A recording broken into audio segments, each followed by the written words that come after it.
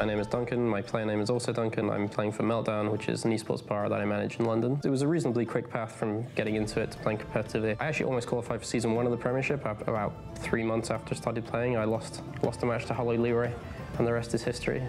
So I think the thing I'm happiest about this season has been my lineups. I think have been much better than previous seasons. I think in previous seasons I was quite predictable, and that people kind of always knew I was going to bring quite control-y stuff, so I've really tried to mix it up this season. I wouldn't say there's anyone that I'm worried about facing, based on who they are. There's definitely, there's some good players here. Ball control is clearly the favourite. Apart from that, I think Toastmonster is really, really good. For a kind of dark horse, someone like DeadDraw hasn't played too many tournaments, but he's very high on ladder consistently. He went through in the group stage, so I'd actually quite like to play like someone like Ball Control. I've actually never played him in a tournament, which is really strange when we've both been around the UK scene for so many years. It'd be great to win. Obviously, it's always nice. I mean, in Hearthstone, a lot of the time you're kind of measured on top 4s, top 8s, and things just because of the nature of the game. But yeah, it's obviously nice to have a trophy. It'd be nice to put it behind the bar when I get back to London, to be able to say, you did it. It would be a really nice thing. DeadDraw and Duncan. Let's get them out on stage and in their positions where they'll be ready to compete here.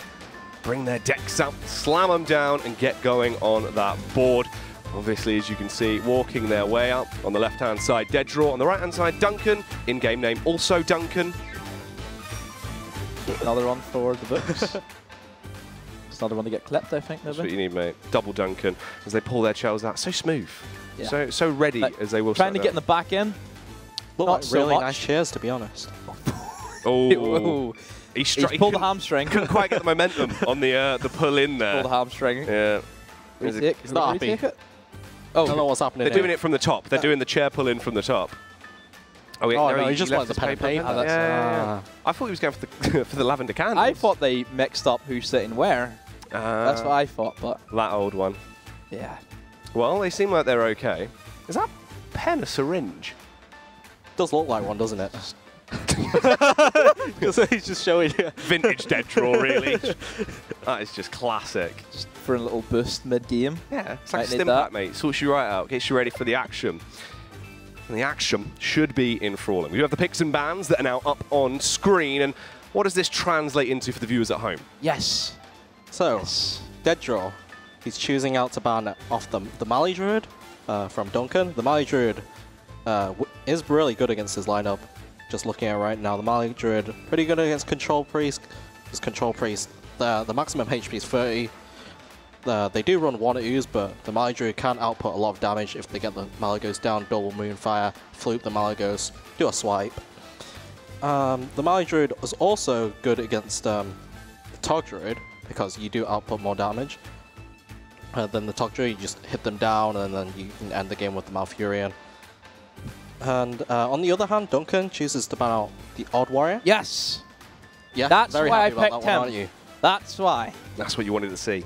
Yep, Odd Warrior, another deck that's good against Duncan's own decks. Duncan, he has the Hunter, the mid-range Hunter deck with the Spellstones and the Secrets, which typically is not that good against the Warrior. It can take a win, but you really need that early Rexar. You much rather have the Death Rattle Hunter in that matchup because you have the much beefier minions. He has the Odd Rogue, which is also not great against the Odd Warrior. Just too much armor gain. Even Lock, also just a 50-50. It's fine against the Warrior, but the Warrior was too good against the other deck, so he chooses to ban that one out. Yeah, I'm trying to get that fine balance. Obviously, notoriously, Duncan hates odd numbers, so he will, of course, get rid of that. But we are ready for the action as we'll be diving into the game. Duncan versus DeadDraw. Meltdown versus Meltdown. Who is going to be the biggest Meltdown here when we get into this one? Find out, boys. Let's get into it. So starting things off, we will have Duncan playing his even lock, and then DeadDraw will queue with that Control Priest, which has been, I would say, my standout deck of the tournament so far. Yeah, I mean, it's definitely a unique deck. Only DeadDraw's brought it. DeadDraw, he's shown that he can win with the deck, but the deck has taken a lot of losses. As in last series, we saw this exact matchup in the last game, Game 4 against Paradox. DeadDraw queued his Control Priest against Paradox Evenlock, and Paradox managed to take that victory because he just managed to kill him the turn before DeadDraw actually would have killed Paradox himself, so it's pretty unfortunate. But it is a close matchup. If DeadDraw can draw the Anduin really early, along with some minions to start chipping away life total. Duncan really just needs to relieve the pressure in the early game and then try set up for a nice Gul'dan turn. You just play the Gul'dan down as early as possible, get that hero power going. You also want to play down your early threats such as Mountain Giant, Twilight Drake, because you are a pretty aggressive Warlock deck. Since you have these big threats, you have this 1 mana life tap to cycle through your deck really quickly to ensure you draw your big threats, and you just plop a big boy down, hit face, and try kill your opponent. Yeah, another point I also want to bring up where you said that, yeah, Control Priest hasn't done as well. You look at it, he's lost quite a lot with it, but in fairness to him, the deck that he's had to play with the Control Priest, you know, he's had to play there against Druid and Warrior, which are the two biggest classes that completely counter that deck because of all the armor game. If you play that Control Priest against, for example, a Hunter, you have a lot more of an easier time, which we will get to see as well. Let's not forget. Yeah, potentially. If DeadDraw doesn't take a win here and takes a loss, then he can potentially hit the... I said to DeadDraw, because he said the exact same thing you said, saying, oh, it hasn't done so well. It's just, I know straight away, if I'm a priest trying to go for these OTKs with a maximum of 19 damage in a turn, armor from the Druid and the Warrior is going to completely beat me 9 times out of 10. And also you have these really anti-aggro tools such as the Pyromancer, the Dustbreaker, so you really do want to hit those more aggressive decks such as the mid-range Hunter and the Odd Rogue, which Duncan does have. So even if not saying that DeadDraw's going to lose this game, but if he does lose this game, then he still has fine matchups for the Control. Yes. So looking at the hand, still no Anduin for DeadDraw today. He's had a bit of a rough time with that. He hasn't been able to draw into that, or, you know, he does have the Alexstrasza, which is another thing which he did have a bit of a struggle with, but not as much as the Anduin.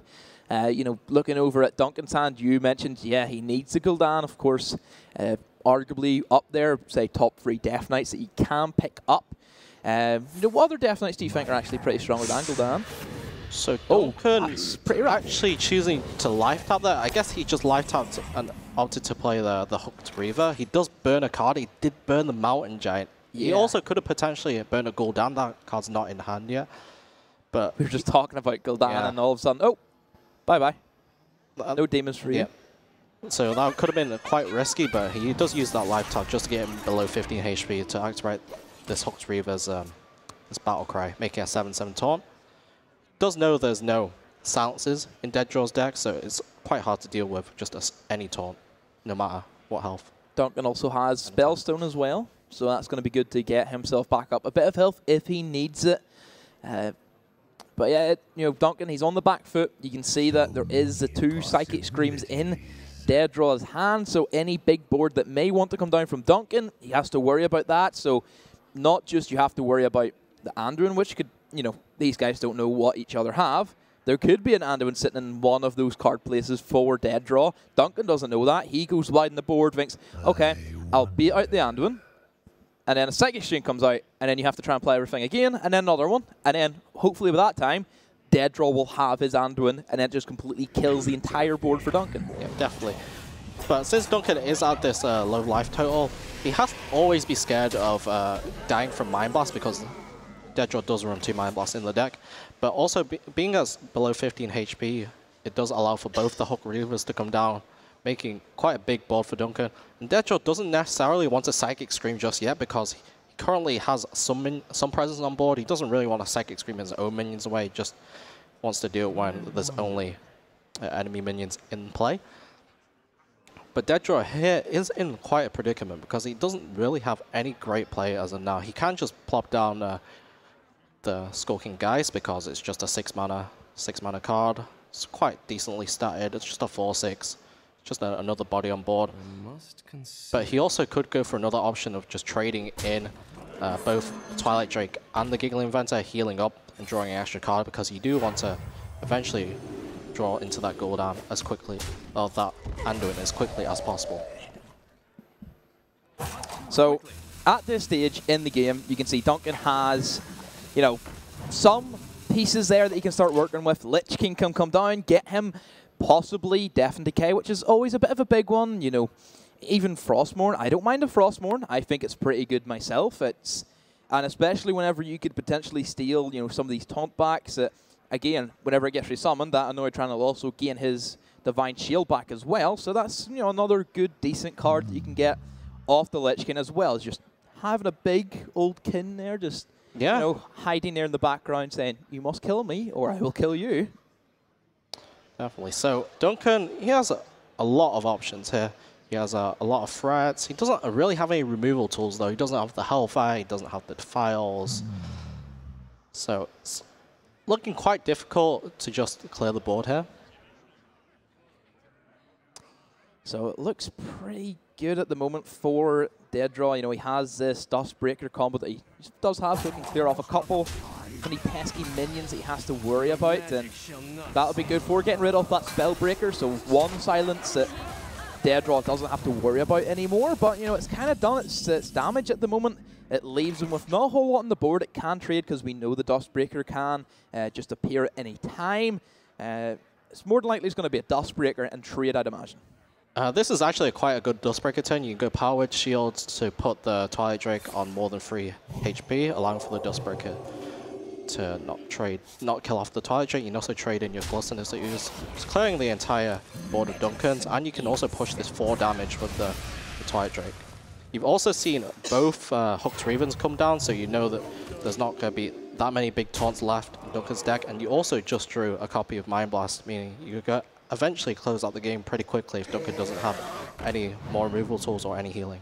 Well, there is going to be one of the first healing tools that Duncan does have. Heals him up for 7, leaves him on that 15, so good for Hooked Reavers as well, but he has played them, unfortunately, for him. So it gets him out of that range of a double Mind Blast here at this... yeah, it does get him out of this double Mind Blast range, so that's pretty good for him. He still has to be wary that, again, Anduin could pop up at any moment in time, and then you're starting to stare down a lot of damage from the pings with 2 Mind Blasts. I believe it's 7 or 14 damage with 2 Mind Blasts. 2 Mind Blasts plus the ping, 16 damage. Yeah, 16. It's not much of a difference between 16 and 19 damage you'd get with just an extra Mind Blast in some cases. I've actually managed to pull off where I got 4 of them in a turn. Yeah, 4 Mind Blasts like plus the ping is the most damage you can do. 22. That's a lot of damage indeed. But it's quite rare you get that because normally you just do draw 1 Mind Blast. Or you draw your Shadow Vision or even just your Shadow Vision doesn't get what you were looking for. So yeah. That could be another one. DeadDraw is not under any pressure. He can just develop his minions and just keep pushing face because Duncan hasn't got much on board. It's only a Twilight Drake. It's really not threatening at all. You don't really need to clear it. You can just put a big taunt in the way. Duncan always has to play around the fact that there may be 2 Mind Blasts sitting there. That's what he always has to do. I think at this position, you don't really have much reads on what DeadDraw has. He probably has Psychic Screams, because he's never lost control of board. So he doesn't necessarily need a Psychic Scream, and he has been holding some cards.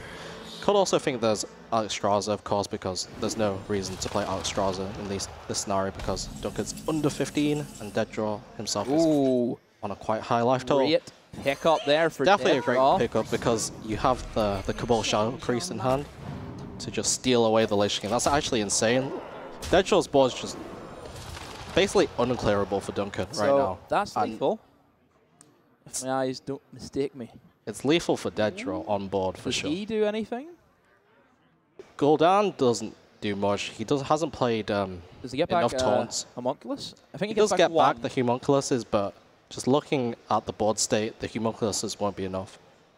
Yeah, so that's going to be all the pressure onto Duncan. No way out, unfortunately, for him. And DeadDraw, Control Priest, DeadDraw just had the hand where you have all your minions. You basically keep control of the board. You're able to chip away every single turn, and then Duncan just had no AoE, no real way to regain the board from his side. So first matchup will go in favor of DeadDraw, and also we are going to be joined by, once again, another special guest to the caster desk. It will be a Board Control, one of the big-time UK players we do have here inside of the UK scene. Great to have you here with us. Yeah, it's great to be here. Unfortunate series, last game, but now doing some casting, see if that goes a bit better. Yeah, so I wouldn't say it's been too bad for you. I know that you want to come here and win, but still have other things. HEG would be the main thing that you do with this guy here. You know? I know it's been rough for this guy and you and Toast as well, who looks pretty strong at the moment as well. Toast is having a great time. He's in winner brackets finals. He might be taking down this event, and that would be great for him as a player. DeadDraw. All right, back to DeadDraw. All down to DeadDraw. My pick. So we're going into DeadDraw's Tog Druid against the mid-range hunter. You're an expert on this board, aren't you? Yeah, I played a lot of this Hunter deck myself, and I think this matchup's quite good for the Hunter. There's just too much threats going on for the Hunter, and then it really struggles for the Druid to do their combo where they're trying to swap the decks. Rexar just gives too much value in the end, but you do have to pick up the Rexar as the Hunter, so we'll see if Duncan manages to do that this game. DeadDraw's hand is be tough. Very good. He has got the Wild Growth straight into the Oaken Summons. He does have the Nourish follow-up. He has both Nourishes, so potentially you can go for the first Nourish for mana, and then the second Nourish you can draw with those. I think DeadDraw's hand doesn't really get any better. He could pick up a Spellstone. That would basically complete his hand for him. Yeah, so looking already at the start, that's a pretty good pickup as well for Duncan. Gets a nice 1-drop onto the board. Doesn't have any secrets, however, to follow that up, and this is where he is going to start to get swarmed by all of this mana curvage that DeadDraw has managed to pick up. What does he get? Huffer. Again, puts more early pressure onto it, but we do see the Naturalize as well being picked up. And the Spellstone. That's a really big pickup by DeadDraw because this allows him to just go Oaken Summons, coin, Spellstone onto the Huffer. If he didn't do that, then potentially a Howlmaster could come down next turn onto the Huffer, and that would trade into the Ironbark Protector really, really well. Yeah, he could also consider going for the Nourish here too, just to ramp up. Doesn't necessarily need the Protector on board, since if Secrets are played, he's not going to want to attack with it into the Secret Keeper for sure. So let's see what he does here. There he goes. He's going to go for that second option that he did talk about, James, that you weren't really too big of a fan of, because we know that Houndmaster, double Houndmaster, is inside of the hand, so it can drop onto that. Yep, he's just going to coin out this Spellstone to take care of this Huffer. Don't toss board. Maybe because ball controls on the cast. Huffer is a ball. Yeah, Huffer definitely is a ball, isn't it? No, you know, it's a good for names. I figured this out after our recent adventure, James. It has been quite difficult for you, but we'll get there. We will. Sure, I'll work on the names. How about this? I'll keep with the names. You keep on actually telling us what's happening. All right, definitely. That sounds better. But or Board could do it. Yeah, but Board could do it too. Replacement. Yeah, so Duncan has a Houndmaster in his hand. Yeah, probably just going to have to play it. It's really sad that you don't get the effect off, but you can't just pass this turn. Yes. Yeah. Sticky. Very sticky for him. It's not looking great for Duncan at the moment because this Houndmaster really doesn't contest well with the Ironbark Protector. And then, so DeadDraw drew another Wild Growth, and he has both the Nourishes, so of course you just go use the first one to ramp up. Also draws the Wild Growth, so next turn potentially he can just go Nourish for cards and play a 4-mana card such as Swipe to clear off whatever Duncan plays this turn. Yeah, I think the big thing for Duncan is that he hasn't drawn a single secret. That hurts quite hard. If he had possibly, instead of that Mossy Horror secret, that Secret Keeper could have done a bit of work. It could have then also established an Eagle Horn bow. Oh, right. You've caused We're all issues getting here. messed up, aren't we? What have you done to us? Just such big fans, you know. Oh, that is insane by DeadDraw. He just nourishes with the cards he gets. He gets 2 Arcane Tyrants that he play down straight away. It's just like the perfect draws. Yeah, he's considering maybe holding them back for the Spreading Plague, but the power on board now is just too good to turn down, I think. Definitely. This does, however, allow Duncan to have a Houndmaster target if he so chooses to. And it does seem like the best play at the moment. You just go Houndmaster this up. I don't think you really want to trade here because it's not really efficient. You can trade both your minions into one of these Arcane Tyrants, or you can just opt to push everything to face. But DeadDraw is at 36 HP. Even if you push this damage to face, you're still a long ways off winning. Yeah, Duncan really needs to just try and find the best way to stick a board here, which can hit consistently. He's just going to go face, because if DeadDraw has UI, Duncan's probably losing anyway, so he's just not going to bother playing around it here. It's a bit of a hard matchup with the start that Duncan had. Yeah, sure, if he had the the secret capabilities, get some explosive traps in there, even a freezing would do also to bounce back a minion, then yeah, he could have been in for a better shot, because then possibly the Secret Keeper could have done a bit of work. Spellstone as well could have put on a good bit of board presence also, but you know, also looking at the draw that DeadDraw did get in his opening hand, it was, you know, just so much ramping a Druid with ramp, it's pretty impossible to stop. DeadDraw here just opting to raffle for one, just to cycle another card. We're just going to see the swipe here, just to clean up this remaining Hellmaster, leaving the Arcane Turret on board. It's really hard for Duncan to actually kill off a 1 health minion. He doesn't have many ways to do that. Like, he'd probably have to just put in the Eagle Hombo into it. Yeah, alternatively, the Spellstone plus the Crackling Razor could come down, but you definitely want to get that Spellstone buffed. But if you're not developing any minions this turn, maybe that's just too slow. Yeah, it could be another option. Like, if you're Duncan, because you've played this deck quite a bit, you're looking at it, what really other option do you have? Because if you can't pass the turn, you always have to do something, at least attempt to put something on the board. Yeah, I think we just have to develop our minions here, and he's hoping just to draw Rexar. He can still win this game with the Rexar. Even when the decks are swapped, you can generate a threat every turn, so it can still be won. He's just going to go max tempo, doesn't want to get out-tempoed on board by DeadDraw here. Yeah. He also does have this Mossy Horror in hand, so if DeadDraw just decides to use the Spreading Plague this turn, which won't happen because we do see the ultimate infestation get picked up right off the top, which is perfect. But if he did opt to go for the Spreading Plague, then the Mossy Horror would just killed off all the Plague minions, and then it could have swung the game into Duncan's favor. Duncan not looking too happy there. He finally gets a secret at the stage where, yeah, not the best time to really pull it. And I just think that DeadDraw, he kind of had it since turn 1, whenever we've seen the opening hands. Duncan, as a secret hunter, didn't get any secrets, you know. That's the big thing about it. The Hunter deck also lacks card draw. The only really, like, card draw mechanic, so to say, is the tracking. So Subject, no. He really wants to just find the tracking for the Rexar. I think Rexar is probably the only way you can ever come back into this game, because you know DeadDraw has so many cards in hand. You just kind of need this the Miracle Builder Beast to happen.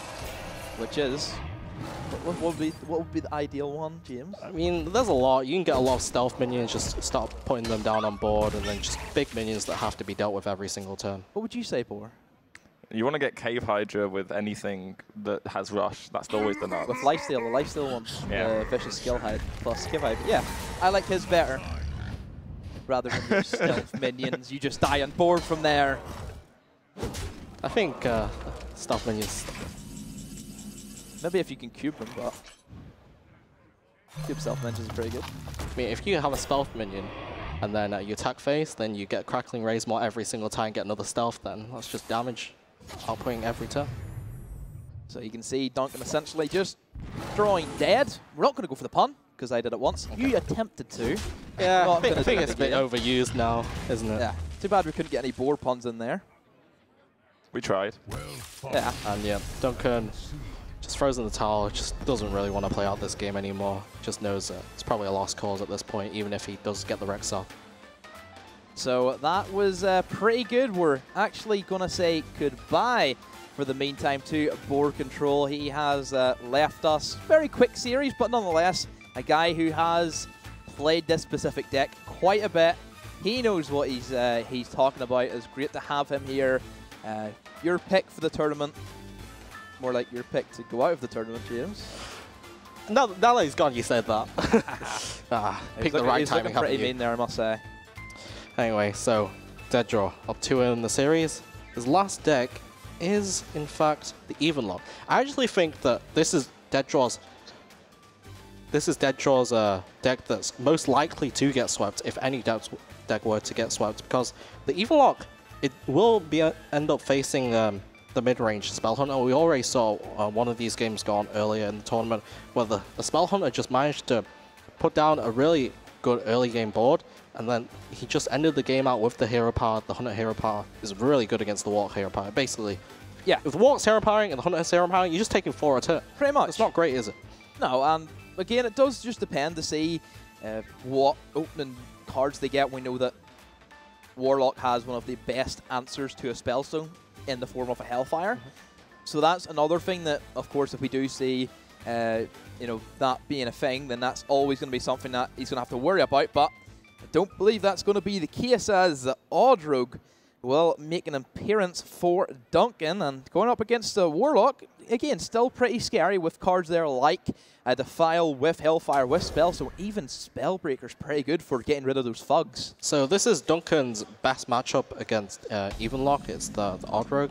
I think we actually saw Duncan play this matchup earlier on in the previous series, but Duncan unfortunately lost it because actually it wasn't Duncan, it was DeadDraw who played this matchup earlier, and he had the Doomsayer and the Ooze? Yeah, he got the Doomsayer from the top draw on turn 2, and then he went ahead and then played the Ooze to get rid of the weapon, and then he couldn't really do anything from there. Yeah. The Spellstone, the second Spellstone is a really big pickup. This is actually really nice from DeadDraw. Volgar Homunculus on turn 2 is quite hard to deal with from the Rogue side. The only real way you deal with Volgar Homunculus on turn 2 is if you have the coin Deadly Poison, or it could be another 1-drop in Cold Blood.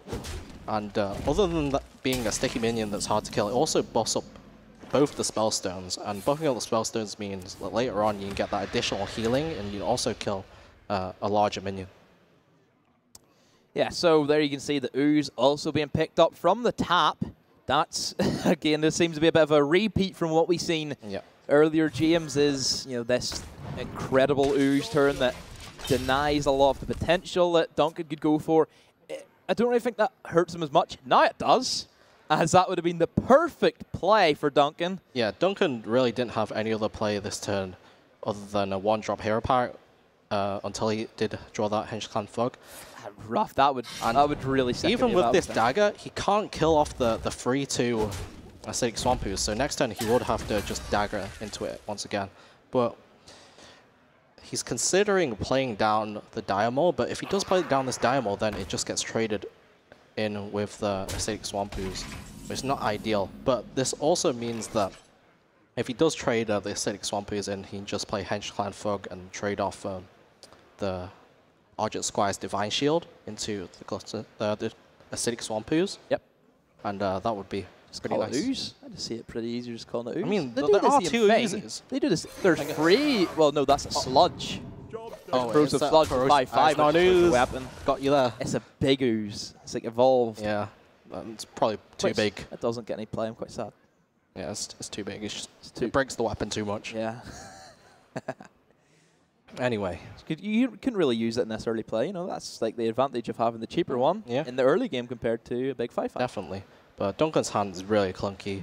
He has multiple 5-drops that he could play, like the coin Valspine Slayer looks really good here. You can just coin out the Valspine Slayer, take out a Twilight Drake, also trade into the Ooze. And then next turn he can settle for a Fungal Mancer, and that means that if DeadDraw wants to play around Fungal Mancer, he has to commit to killing 1 minion, and that would prevent there another Ooze? developing. Is there another Ooze, or is it a Slime? The one that you get from the Bright Nozzle Creeper, the mech that Rogue got, that has like the Death Rattle summon, like a 1/1 rush poison. Oh. Is that an Ooze or a Slime? I'm not sure. I think it might be a slime. The Slimes and Oozes are pretty similar, aren't they? Yeah, that's the only one I could think of. Is there any more? That's like, yeah. Yeah. Bright Nozzle something. You have to find out after this, and you have to play some Hearthstone.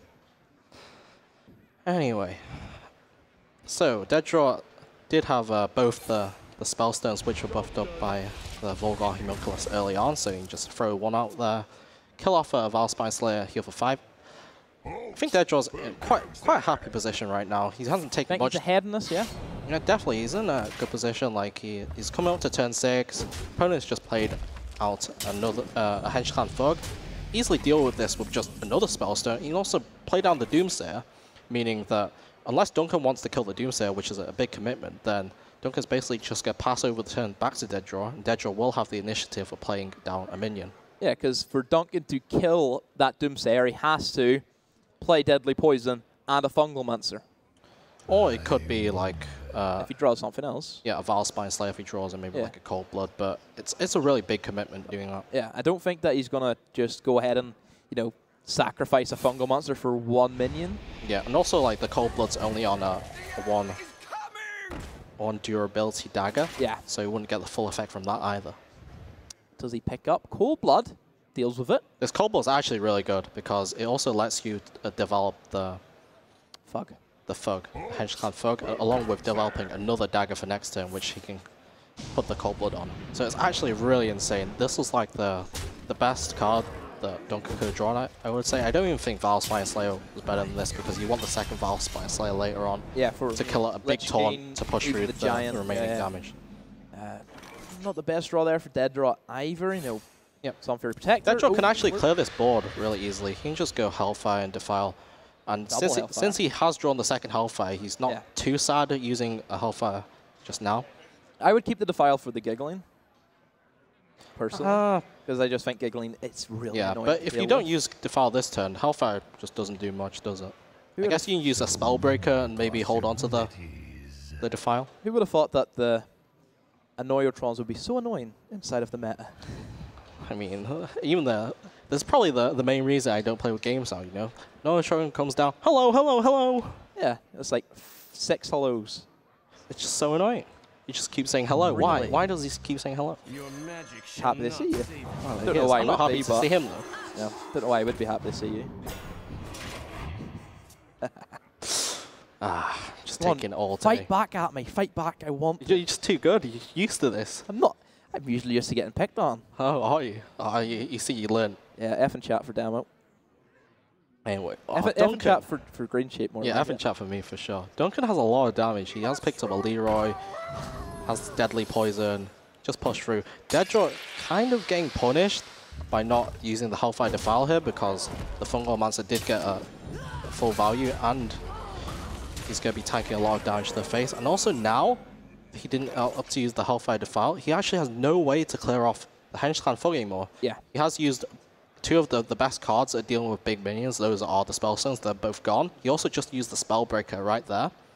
So that's also not an option. If he had a Spellbreaker this turn, he can just go Spellbreaker Hellfire, but he really just doesn't have much anymore. He could just slap down the Lich King and hope he gets Death and Decay, I guess, potentially. but he could also just go Hellfire, play a Hooked Reaver. Hellfire puts him from 18 to 15, activating the Hooked Reaver, and it also means that the Hooked Reaver does contest the Henge Clan Fog, and you've already seen one Valve Spine Slayer. Another good pickup, I would say, for DeadDraw from the Lich King, I would say Doompact would be pretty good. Where another a lot of them would be good, I think. Apart from Frostmourne. Frostmourne would be pretty bad, wouldn't it? Obliterate. Death Coil would be good. Yeah. Obliterate wouldn't be too bad. Yeah, but you take a bit of damage on the backswing. Of course, Death and Decay is always good. And Army the Dead? There are a few taunts in your deck that you can pull. And just pulling a load of minions since you do have the Sun Fury Protector. Still have Dread Infernals as well. You don't care about the cards you burn. There's not a lot you can burn from Evenlock because the deck consists mostly of minions. So even if you pull Weakness could be burned. Yeah, I guess so. Which is another thing that people may not know. That's one of the I would say the most craziest card I think we have at the tournament. It's definitely the most interesting, isn't it? It actually worked for him earlier today as well against a rogue. Yeah, and could work for him again. Might see later on. But the Army of Dead could come down, and then the minions you spawn, which don't have taunt, can be given taunt with this Sun Fury Protector. There's the Giggles, Defile. Yeah, he does have the Defile with it, but quick work. Not really quick work Because get another. He has to damage one of the. He has to have a 2-drop. He has to play a 2-drop or just punch something. Yeah, no, Acidic Swamp Ooze would have done the job, but too bad he used DeadDraw. Yeah, I think Lich King. Looking not great for DeadDraw. I think he has to just play down one big taunt and hope his opponent has no answer. It's only really Valve Spine Slayer that does the job. I guess the Fungal Mancer is actually really good with this board because you can just Fungal Mancer one of the Divine Shield Annoyotrons, and also you have this Deadly Poison. There's just a lot of damage in Duncan's hand. He's positioned himself well to win this game. So all we can do is just wait and see what DeadDraw wants to go for. More than likely will be Lich King. That's personally the only option I can really see is just slam it down, see what happens. Instead he's going to opt for a different 8-8, but equally just give that a taunt as well. I think he goes for the Mountain Giant this turn because he wants to go Lich King Defile, or Defile Lich King next turn. If he went Lich King this turn, he couldn't have gone played the Defile on the turn following with the Giant and the Sun Fury. So they both basically do the same thing. Like, you don't get the Lich King card immediately, but you still get the 8-8 taunt that you wanted. And also a 2-3 is always nice to trade into the smaller minions also if he needs to. Yep. And then it just leaves another threat off the Lich King. He could potentially be wanting to beat out that Valspline Slayer, like we know that DeadDraw always has to keep in mind, yeah, I have to be careful of that. And then he goes for the Lich King, and then where does Duncan really go from there? Yep. Leroy into it. There's another potential win condition there for you gone. So Duncan can just go Fungal Mancer, trade in the Giggle Inventor, and use Deadly Poison, tank the Mountain Giant. Do you want to be taking 8 damage? You do go down to 6 HP, but you have seen 1 Hellfire being used already, so you know there's only probably 1 Hellfire left. Well, there definitely is only 1 Hellfire left, and you seem pretty safe at 6 HP because you do have a lot of taunts on board. You have 2 Annoyatrons, you've already seen 1 Silence being played, so it's very unlikely you die here. Although... That's not too bad. It's close. Unfortunately, the Annoyatron has 4 HP, so if you go Dread Infernal Hellfire, then... You could go Dread Infernal, trade in the Sun Fury, and then go Defile. Yep. You could go for that. Oh, can you? Yeah, you can, yeah. Because that'll put Fungal Monster at your 1, and then you have your 2. Yeah, I'd probably play Icy as Dread Infernal, then Defile, if he wants to go for that. Yep, you can't go Dread Infernal on Defile. There's no way of lethal here at the moment, is there? Actually, yeah. Would Dread Infernal or Defile wouldn't work, right? Because it wouldn't be able to kill off the big Annoyatron. Yeah, because then you'd go ahead and punch your Sun Fury into the big one. Oh, yeah. You're correct. You're correct. Yes. I just didn't see the... Green Sheep's approval. Me getting something right. Let's go. I just gotta blame that on fatigue. Okay. But yes, you are correct. But unfortunately, DeadDraw goes for the clear with just the Defile, Hellfire, and the Shroom Brewer. He should have went for the Dread Infernal.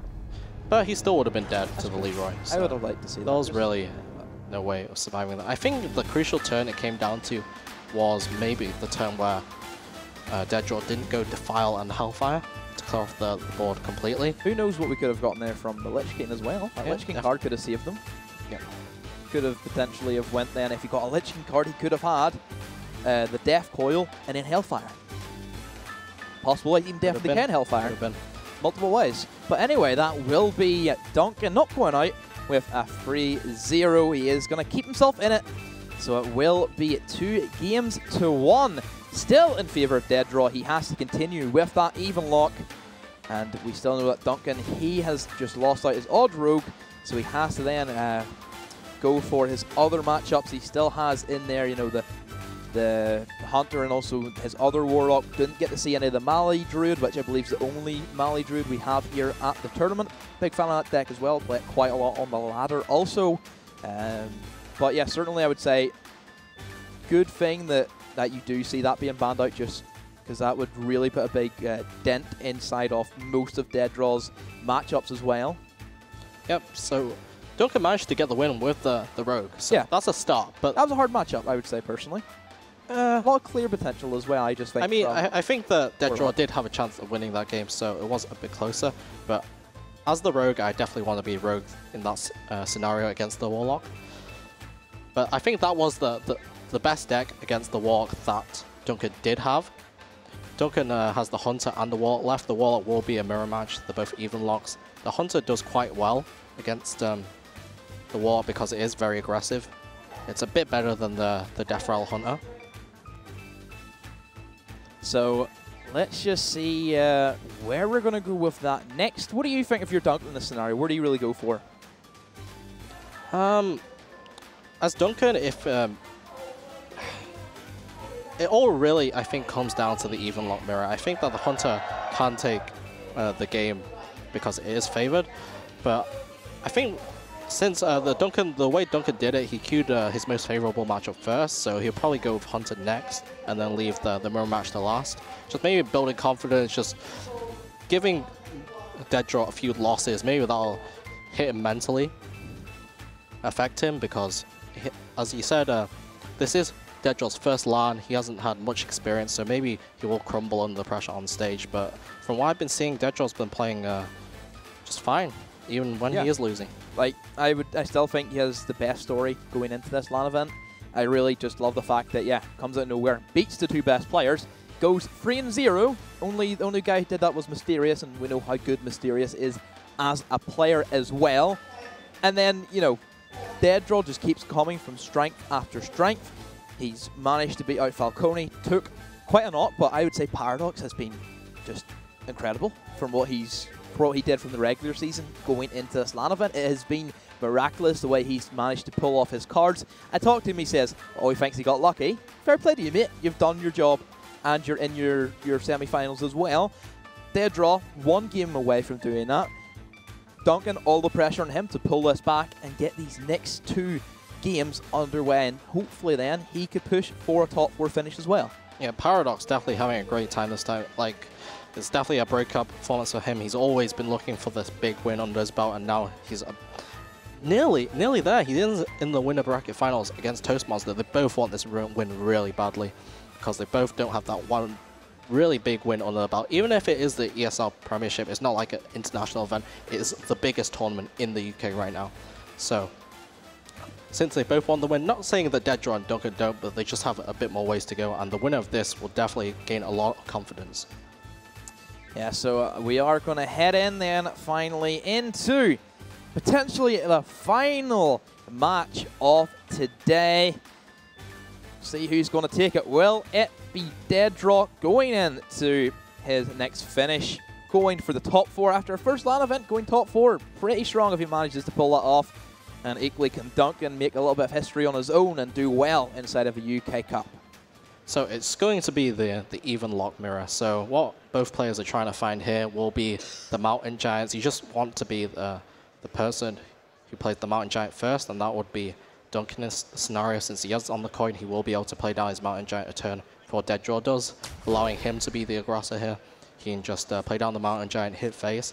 Twilight Drake's also a really good minion as well because it can only really be dealt with another Mountain Giant since it has a high enough attack or a Spellbreaker. Yeah, certainly looking already at the opening hands. You can see Mountain Giant is going to go in favor of Duncan here at the moment. So that's going to be pretty scary that DeadDraw has to deal with, and with no real big hard removal that Warlock doesn't have beside, you know, Spellstone, but then again you have to buff that up. It's going to be pretty tricky here for DeadDraw to actually get himself back into this early game. Yeah, DeadDraw just doesn't quite have his Mountain Giant or his threats here. He does have the Twilight Drake, but Duncan will be on this part of you tap on turn 1, tap on turn 2, on turn 3 you can play the Mountain Giant. He also has the follow-up of the Twilight Drake, which is very, very good for him right now. Also does have the Spellbreaker of his own for the opposing Twilight Drake if that does come down. DeadDraw does play down the Vulgar Homunculus, so this can potentially withstand the 8 attack from the Mountain Giant, unless Duncan opts to use this Spellbreaker to just break through it and push the 8 damage to face. DeadDraw won't be happy in this scenario. He would have wanted his own Mountain Giant. He does have this buff Spellstone, which could help clear off the Mountain Giant in following turns with maybe the Twilight Drake. But right now, and I'd like to be in Duncan's position looking at his hand. Oh, yeah, yeah. I think that's quite awkward because, yeah, he goes for the Spellstone, but he still then has to make a double trade with the Drake and also with the Vulgar Homunculus, so it is quite tricky in that scenario. So he can, yeah, go for the Spellstone, but then he also then has to go for the trade with the Drake also, which he does not want to go with. That's a really nice pickup by DeadDraw. This allows him to just silence, go live tap because he has 1 extra mana. That's a good card. He can silence off the Twilight Drake, take a nice value trade here, and DeadDraw's board isn't that bad. It doesn't really get cleared by anything. Hellfire only clears off 1 minion, Spellstone only clears off 1 minion. It's hard to clear off both unless he does trade the Mountain Giant in. But Duncan could opt to just do trade the Mountain Giant and you go Mountain Giant into the Twilight Drake and heal it back up with the Shroom Brewer, meaning that DeadDraw does have to commit another resource into just dealing with this pesky Mountain Giant that just keeps trading into all your minions. Yeah, pretty much. It's just the numbers haven't worked in favor of DeadDraw at the moment. You know, if he doesn't want to, you know, he can't really do anything else, so more than likely he's just going to take another 8 damage to the face, but maybe Duncan doesn't want to go for that, because then, you know, that's whenever Hooked Reavers start appearing on the side of DeadDraw. You can see he does have 1 of them inside of his hand, still another one to fish for inside of his deck. Equally, Duncan has his own Hooked Reaver as well in his hand and picks up the big Lich King card. So both of them have very stacked hands. You know, look at Duncan with the Lich King. Look at DeadDraw with Gul'dan. So Duncan decides there that he will life tap. This means he does have 10 cards in hand, so he has to trade off the coin in order to gain that additional card, unless he does want to burn a card for his deck. But since he hasn't drawn Gul'dan yet, you really don't want to risk burning the Gul'dan, so he just opts to coin into nothing there. This does make his next turns a bit worse, because you might want that coin later on to maybe coin out a card such as Lich King, maybe like a Bone Mare, or just another play on turn 7, because all your cards are even, so getting that extra mana could come in handy. But opts not to do that, just takes the additional card, feels like he needs that, and DeadDraw still has to deal with Duncan's Mountain Giant still. Yeah, still been there for quite some time at the moment. He can just go for the potential trade, which he, you know, it's looking pretty good, I would say. He could just go ahead, just slam down his own Mountain Giant, create another big threat, forces then Duncan to kind of go for the trade-off onto his own. So a couple of options, you know, that DeadDraw does have to go for. It's just a matter of fact of what option does he really want to go for, and which one does he think will make more sense. And it is going to be then that Mountain Giant one, because then that forces essentially the trade coming in for Duncan at this stage. So DeadDraw, yep, just plays down his own Mountain Giant, puts up Volgar Homunculus next to it just to build a wall. It a bit. Build a wall. No taunt trades, we haven't seen any of them yet. No build a wall memes yet. No. I love them. We've done them a couple of our weeks that we've done in Prem. Yeah. Build a wall. Build a wall, but I think it was actually Falcone and his taunt trade 1 week. Yeah, it's just a taunt trade. I mean, there's so many taunts in taunt trade. It's literally a wall of taunts. But yep, the Volgar Homunculus actually buffs up the Spellstone, so DeadDraw right now has a fully powered Spellstone, which can deal with most of Duncan's minions quite effectively, and deal with this Mountain Giant next turn if it so wishes to. Deals with the Hooked Reaver as well. And it also heals you back up for 7. Although you want to be playing your Hooked Reavers before... At 15 health, yeah, before you heal back up, it's still a nice tool to have. Yeah, honestly, I would personally just keep it, because surely DeadDraw knows, okay, he must have at least a Hooked Reaver at this stage, if not a Lich King, which is, you know, the big taunt walls that you have to target. And like we've discussed, that there is just no single target removal. You know, like other decks, you have Druid with Naturalize, even Rogue has the Filespine Slayer. You don't really have that unless somebody runs a Twisting Nether in their deck, which is more of a board clear rather than a single target. Yeah, so we did see a Paradox earlier on actually run a Siphon Soul, so that's one of the tools that could be used for hard removal. It does cost 6 mana, it's quite hefty sum, but it just kills and heals you for free. It's not that good compared to like an Assassinate from Rogue, which we don't see play. Yeah, it isn't amazing. That's why we've seen it fall out of favor in most even lock decks, but Paradox does have it in his. It's just a bit different than one of the others. But finally, the Mountain Giant for Duncan has been killed off, but it has done a lot of work. It managed to trade with, managed to do a bit of face damage. It killed a few smaller minions. Also traded into DeadDraw's own Mountain Giant. So it's pretty good, pretty good. It's a very good Giant. We talked about it from turn 1. He did a good bit of work there with the Elemental Giant. After that did get changed to an Elemental. So I like this play by DeadDraw. He just clears the board entirely, pops down the Doomsday. You've just seen the Spellbreaker come down by Duncan, so it's unlikely that Duncan has the second Spellbreaker. So it's very hard for Duncan to kill off this Doomsayer, and he doesn't really want to commit all the resources in doing so. He can just like Spellstone it or something, but it's really not worth it. He does have the Mossy Horror, in fact, which is the perfect answer for the Doomsayer. This allows him to put a 2/7 on board, but putting a 2/7 on board is not really threatening, and it basically just gives DeadDraw 1 turn to develop. Just do what he wants, yeah. Yeah, just do what he wants, pop down some big minions and make himself the aggressor. Yeah, he can go for the Hooked Reaver play if he so chooses to.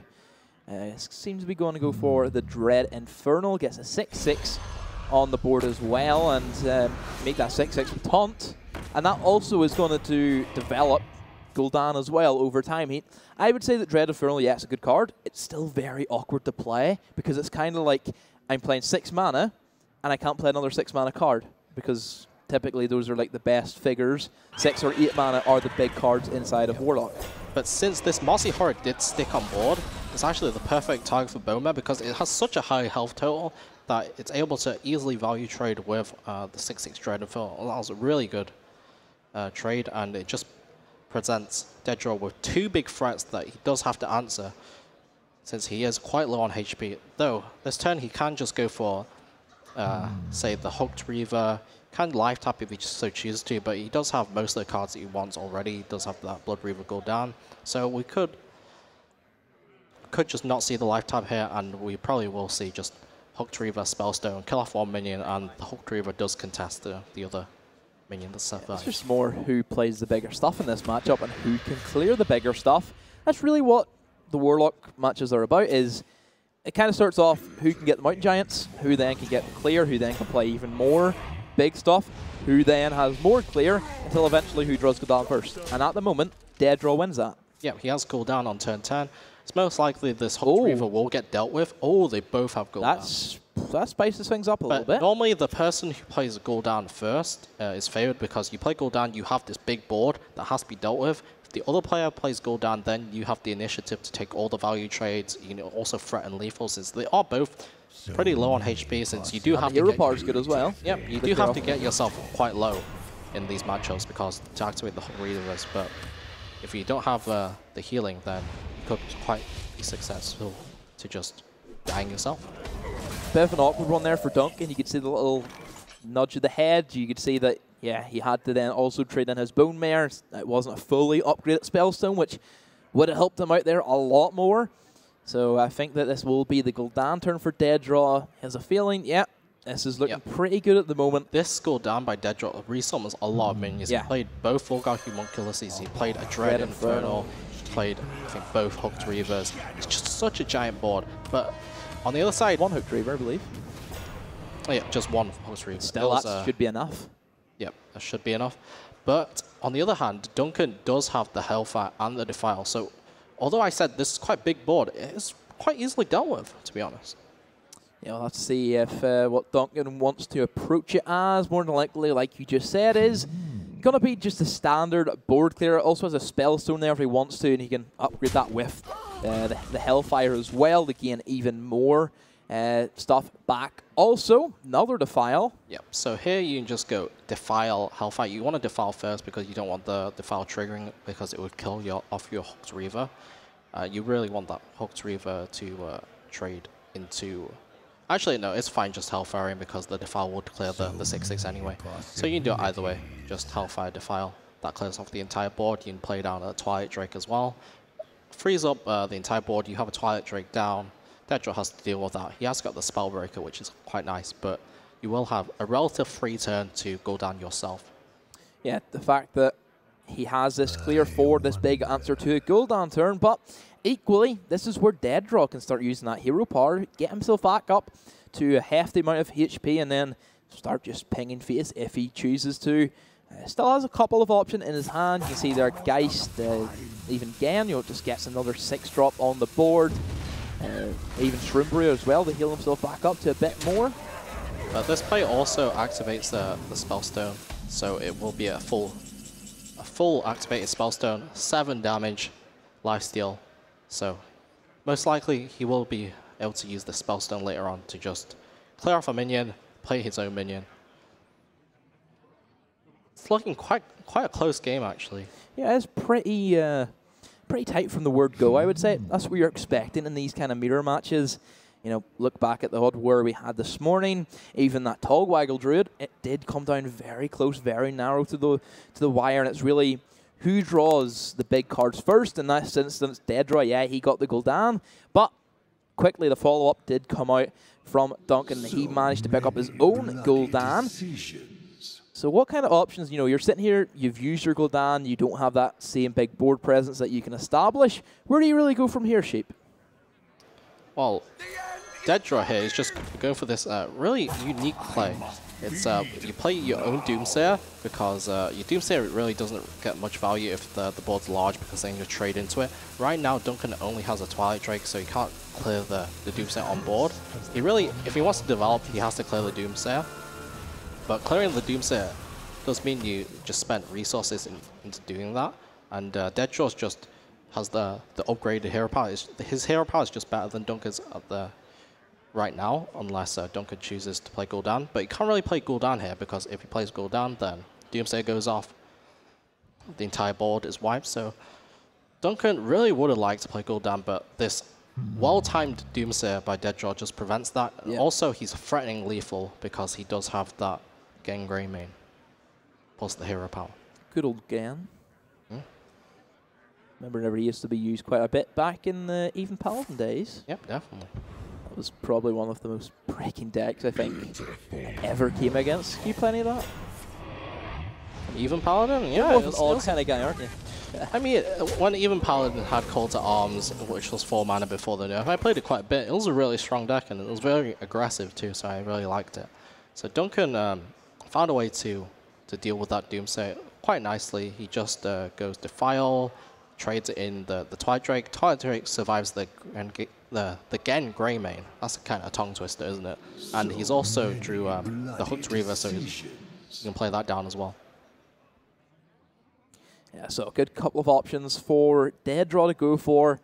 No big threats on the board. Hasn't managed to get his Lich King. However, you can see there Duncan does have his, plus his Gul'dan also. 2-player Beetles could come in handy, who knows, to get that 6 armor as well. Just keeps him in the game just a little bit longer. Spellbreaker just shuts down that big 7/7 taunt, and then easy enough, clear the board using that Gul'dan hero power that we know is so strong in so many matches, and that's really one of the big things why you do pick Gul'dan, is because he can really just give you a lot of damage and heal himself back up for a substantial amount as well.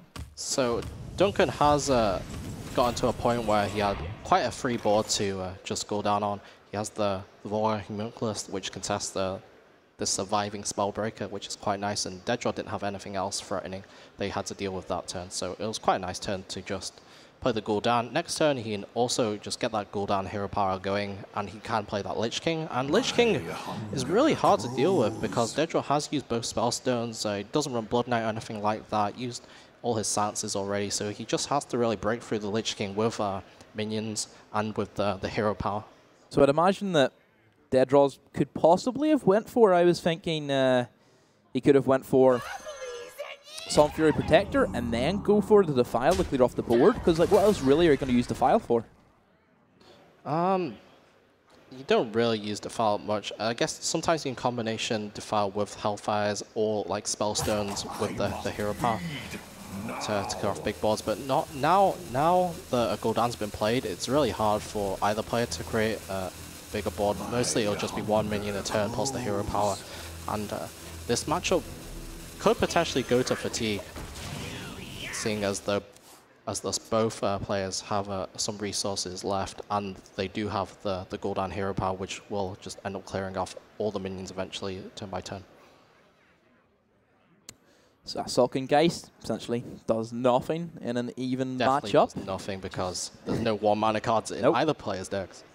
Did come in handy, however, against Rogue and stuff like that. Actually, I don't think he drew that against the Rogue on the last matchup. I think that's why Duncan did have that good Cold Blood and Deadly Poison combo and stuff like that. Skulking Geisting Cold Bloods and Deadly Poison is very good because that's the main damage output. Yeah, really it's the main damage output of Rogue. So it's very good. Duncan here just clears off 1 minion. He has the board right now, so he knows, all right, I don't really need a trade anymore. I can just start pushing phase. I really want to set up my own lethal. Ooh. Eventually, DeadDraw will have 1 turn where he has to just commit to clearing my board, and then I'll have a free Lich King potentially.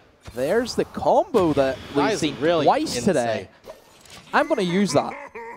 That's pretty good for what it is. It clears the board. This was the punish with Duncan not trading, but I think I agree with Duncan. I wouldn't trade. There were no really good trades there, but he got so punished by this double Curse of Weakness, Mossy Horror combination, which is insane. That was actually probably one of the best turns to actually pick that card up because the whole board died to it. And also he had this Skulking Geist left up, so does have a bit of pressure going himself. But Duncan's still not out of it yet. He does have the Lich King, and that's still, as I said, really hard to deal with. He has these smaller minions too, so you can just play these down before he actually Lich Kings to ensure the board is as clear as possible. And also the fact that that hero power is going to just keep on ticking away and just heal himself back up. So I certainly believe that the Lich King is going to come into that big deciding factor, and especially over we know DeadDraw can't clear it with his hand at the moment. I actually believe he could go Spellstone then into the hero power would be the safest way. To clear this board, yeah, he could use the Is that Spellstone even leveled up? No, it's just a free damage Spellstone so at the moment. Needs to find something for that. I don't even think he has much left to buff up his own Spellstone. He used both Volgar Homunculuses, he used the Dread Infernal, he used Hellfire. So the Spellstone's not getting much better. He's just using the Stream Brew to heal back up his Skulking Geist. He just wants to keep his minions alive, really. Like, the minion pressure is how you basically win the game when you're both going into fatigue. You're both running out of resources, both running out of cards, and also sticking a board means that it's harder for Duncan to just slap down the Lich King since it will get traded off. Picks up Hellfire, clears the board. Pretty good. Hellfire's really good. I mean, he can just trade in this Plated Beetle into the Twilight Drake. You can just hero power the 4/4 Hellfire. That's where the hero power comes in so big. Yes, it just helps out so much with these board clears. Sometimes you have like one minion sticking around that you can't quite clear, but this hero power just deals with it very nicely. So at the moment, DeadDraw just doesn't really have anything that you can DeadDraw's just go with. Needs a Lich running King out off of the cards. top. He needs his own Lich King, basically. Like, this turn will be probably the board clear turn from Duncan. So if DeadDraw actually picks up his own Lich King, and Duncan probably won't do much, right? He can only just play down the Acidic Swamp Ooze if he wishes to, but the hero power will deal with it. So Lich King will come down on an empty board if DeadDraw does draw it, and that's probably one of the biggest cards that DeadDraw can draw right now. I can see kind of two options. It's either he pulls the Lich King, or I was going to say he either pulls a Siphon Soul to deal with that Lich King. Equally, this gets another big minion, and it gives him another opportunity as well to potentially pull his Lich King, and also to pull that Siphon Soul as well. I'm not quite sure if DeadDraw actually runs the Siphon Soul. I think that it might have only been Paradox running the Siphon Soul, but if that was an option, then definitely Siphon Soul would be really good to draw right now, but I don't think it's in his deck. Though he can still clear this Lich King off just with the Hooked Reaver, but he is trading the whole minion into it, which doesn't feel great. There we go. There we go. Caster's Curse. Caster's Curse. We hit it. We hit to see it. Yeah, he picks up his lone Lich King. It's got to be the case. The Lich King card that Duncan got is really useless right now because no Army of the Dead.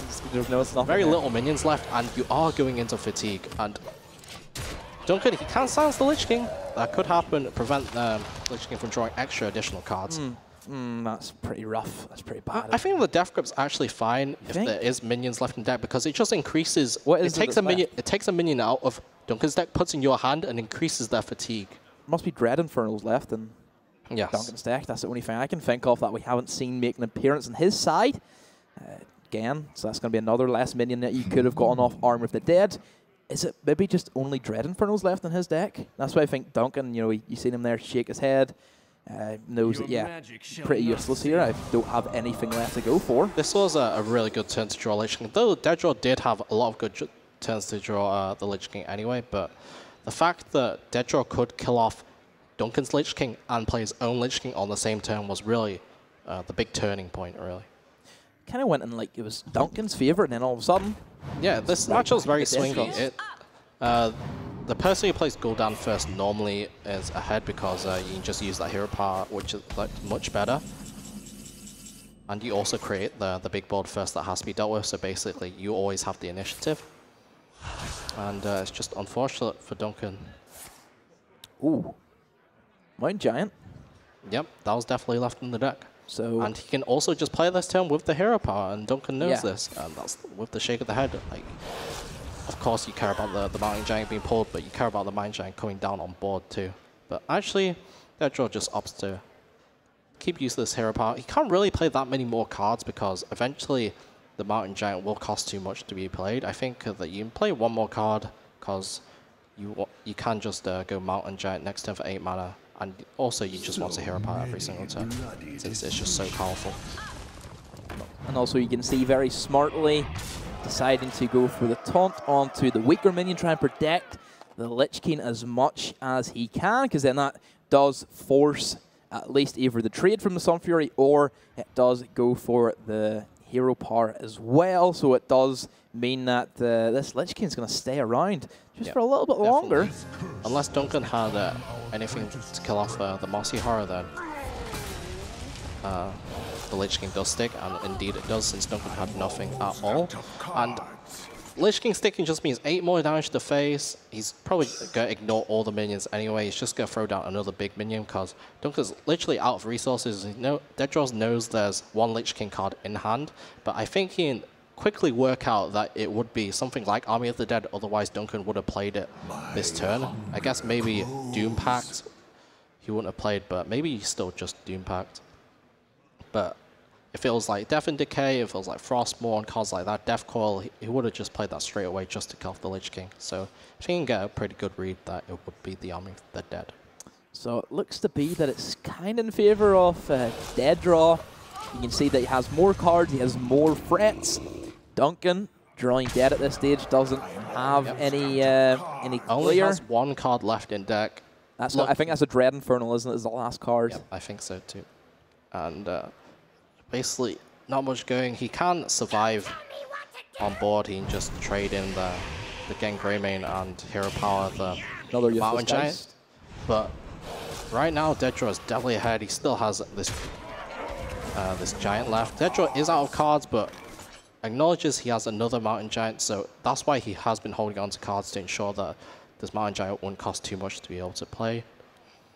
But if he does opt to go for the Mountain Giant hero power play, then he can't actually break through the Volgar Homunculus. Though I think the Mountain Giant might just be enough anyway. Close out the game. He can just play Hellfire, go for the hero power, push the 8 damage to face. Next turn he'd still play the Mountain Giant, although he can't play anything with it. Yeah, so it seems to be what I'd imagine is that he's just trying to clear as much as he can, which he does, and as we know, Duncan's last card is gonna be actually not the Dread. You don't run we're all wrong. I think we're. I'm quite surprised by that, and that is gonna be the case. DeadDraw will move on into tomorrow's finals, sending Duncan home. He will have a meltdown on stage, hopefully not. Bit of a Jackie pun there, and again, Jackie, you can actually join us and tell us some of your puns about Duncan. That's very true. I'm the master of meltdowns. My name is Jack, in-game name Jackie, much like Duncan. But we are done and dusted with that one. The victory has been picked up in the end, and DeadDraw is your victor there. The unknown man, the really proving himself on land now, isn't he? He's actually been stepping up massively. Duncan goes down and out of the tournament, but that was close. It seemed like it was actually going to be a rapid series, but once we got into the nitty-gritty, it really slowed down. Yeah, that's the definition of a mirror. Whoever can just pull out the bigger cards first, whoever can get their Gul'dan on curve more, and it's just trade for trade for trade, and then eventually they just kind of run out of stuff, and whoever had the leftovers and the scraps. In that case, I would say that Lich King card, the Death Grip, came in to win that game because he stole another 8/8 that he needed to win that. Yeah, Death Grip was definitely a very huge card to pick up. It takes one card out of the deck, gives it to you. Fortunately, it's the Mountain Giant. It could have been that Sun Fury Protector, and that would have been not great. But as you can see, it did pull out that Mountain Giant, and DeadDraw did take the victory, in fact. But if Duncan was pretty close that game. If he'd taken that game, it would have been the Hunter versus the Warlock, and he could have definitely won the series from there. So yeah, this was the key game of the series right there. It was close. It was close. It was nice because the double giant coming out at the end there as well. So all sorts of shenanigans sprinkled into that one. It was absolutely wonderful. And something that is wonderful as well is those ESL PCs we have up on stage and backstage for the players to be warming up. Keep you in prime, absolute mindset for Hearthstone. That's what you need. You need to be on the ball, on the decks, and on the cards. Hopefully you love those PCs, didn't you? Yes, having fun with them earlier on. Yeah. Really good. You actually were. Yeah. You were climbing on the ladder. Yeah. Wild. James Wild. didn't help me, of course, he never helps me. Never wants to see me get the legend. You have to do it yourself, you know. Because if I help you, then you're not accomplishing anything. I don't play this game. Wow. It's up to you. Well, you can tell. I could, because that new PC could really help me get to where James is. Well, there we have it. A caster. But you know where you need to get to, or where we need to get to, is over on that stage with Frankie, I believe. She is in position, ready to speak to DeadDraw. The man at the moment, he's just found his win there over Duncan. And what has he got to say about that? Well, I'm going to find out, Jackie. Thanks, guys. So, DeadDraw, you just won against Duncan, a veteran of the UK scene. How did you find playing against his balanced deck list? Yeah, it was a bit harder than I thought. I thought maybe I'd be able to, you know, sweep his odd rogue or his hunter, but yeah, the last game was so close, and I just got a bit luckier than him, I guess. We had a quick chat in the rehearsal day, and you said that you thought you got lucky in the Swiss because you were our top seed. You came through 3-0. You were one of the first people to qualify to be here on this stage at EGX, but now you're LAN proven. Do you really think it was such a fluke? I'm not sure. I mean, it's a lot harder here, so that's why I said that. But yeah, I guess, you know, you have to be okay with the game to get here. So yeah. Of course, you're going to be trying to do the best you can, but how far do you think you can go, DeadDraw? I think I should be favored in my next game, which I think is against Mysterious. And then after that, I'm not sure. So you're going to anti-aggro his aggro? Yeah. Well, good luck. Go have a celebration, have a cup of tea, put your feet up, and we will see you on this stage tomorrow because, of course, it's going to be the grand finals, and we're going to see who's going to be lifting that massive